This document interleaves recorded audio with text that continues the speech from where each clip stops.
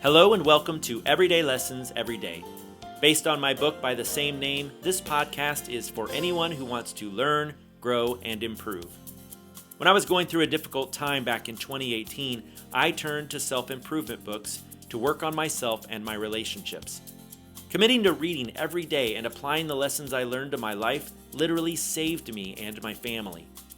I've learned the power of personal development, and I want to share that with the world. To that end, I used my first season of this podcast to share with you many of the lessons I learned from the books that I read. Then in 2021, I started inviting everyday people to share their everyday lessons and how those lessons are changing their lives for the better. Today, we're going back to the Season 1 format, or said another way, it's just me today. I've recently learned an everyday lesson that I felt compelled to tell you about. This one is dedicated to my daughter Zoe.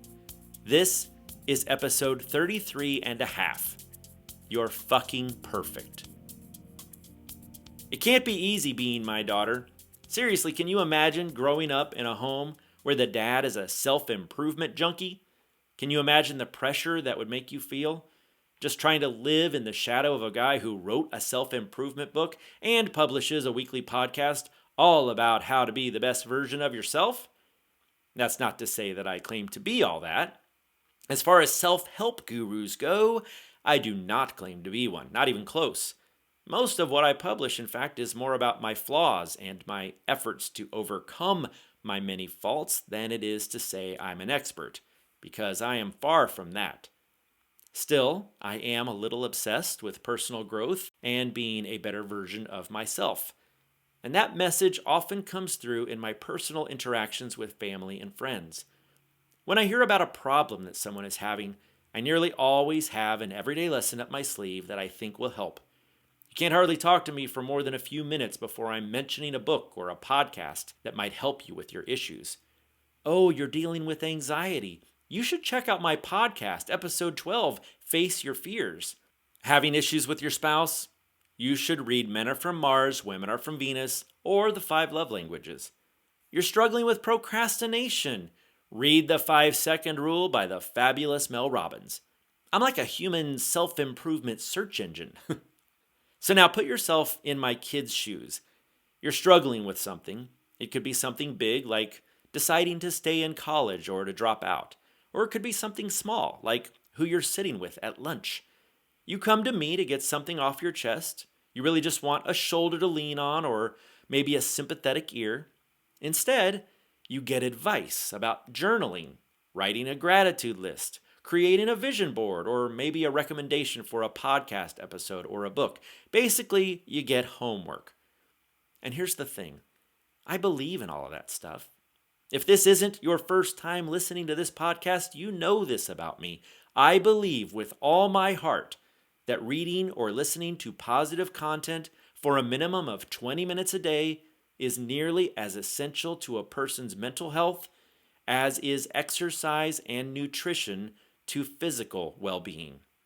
And isn't it a parent's job to make sure their kids get exercise and nutrition? So I think it's my job, no, my responsibility to raise my kids with the best possible self-improvement guidance that I can. But here's the problem with all of that. Every time I give that kind of advice, it implies that they need to improve. Or said another way, it sends the message that they aren't good enough the way they are. And that's a problem. It's one thing to look inside of yourself and know that you want to improve.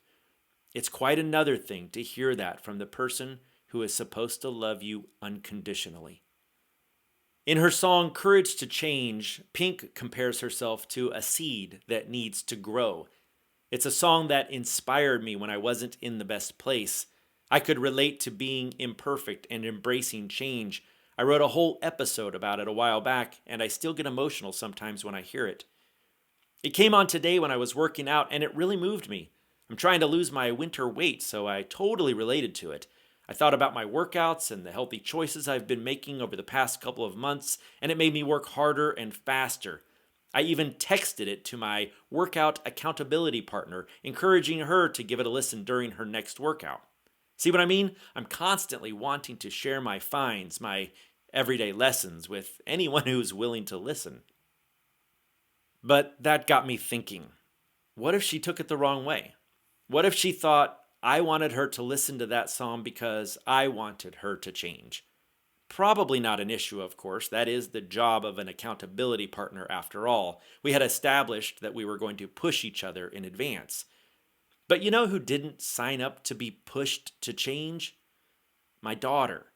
She never asked me to push her to improve, to be a better version of herself. She doesn't want a self-help guru. She just wants a dad. If I shared that song with her, would she hear it the way I did? Would she be inspired? Or would she get the message that she needed to change, that she wasn't good enough? Sadly, I'm afraid she would hear the latter. And I'm afraid that may be what she hears every time I offer my everyday lesson advice, that she isn't good enough the way she is. So today I dedicate this episode to my daughter Zoe. I'm sorry if my advice ever made you feel like you weren't good enough or that I thought you needed to be better. That was never my intention. Please listen carefully to what I'm about to say, and please remember this every time I fail to be a good listener in the future or offer you advice that might imply that you aren't good enough just the way you are.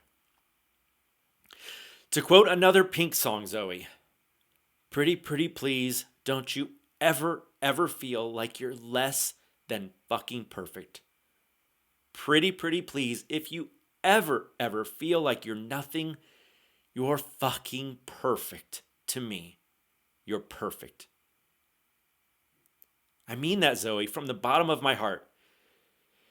You are kind and generous and smart and loving, and I could spend the rest of this episode listing all of your wonderful qualities, and it still wouldn't be enough to show you how highly I think of you, how wonderful you are, and how much I love you.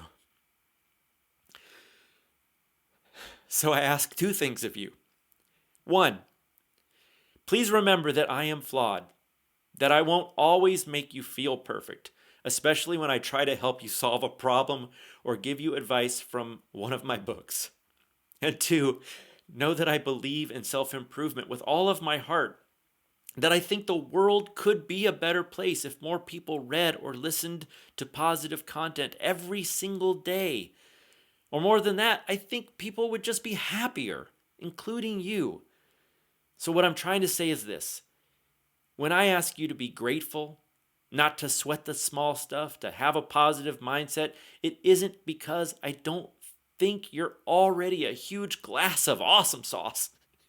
It's because that's what I know. I know those things have helped me when I was down, and that they've helped millions of people, and that I believe they will help you. It's not because I want or expect you to change. I love you just the way you are. For everyone else, there is, of course, an everyday lesson here. If it wasn't already obvious, here it is. Be careful when you recommend a self-improvement book or a strategy to a friend or loved one. Do your best to offer your advice in a way that doesn't imply that the person needs to change or that they aren't good enough. And that goes for you too. I start every episode by saying that this podcast is for anyone who wants to learn, grow, and improve. But please know that wanting to change doesn't mean you need to change. You are exactly who you are supposed to be. And if that's someone who wants to change, great. If not, that's okay too. So I challenge you, write perfect on your wrist. Let it serve as a reminder that even if you're trying to grow and improve, you truly are perfect, just the way you are. Let me know what happens when you implement this lesson by using the hashtag #EverydayLessonsEveryday or by reaching out to me directly at david@davidmcbee.com. If you liked this episode, please share it. Let's see if together we can make the world a better place. I'll see you next time. Now go out there and do something awesome.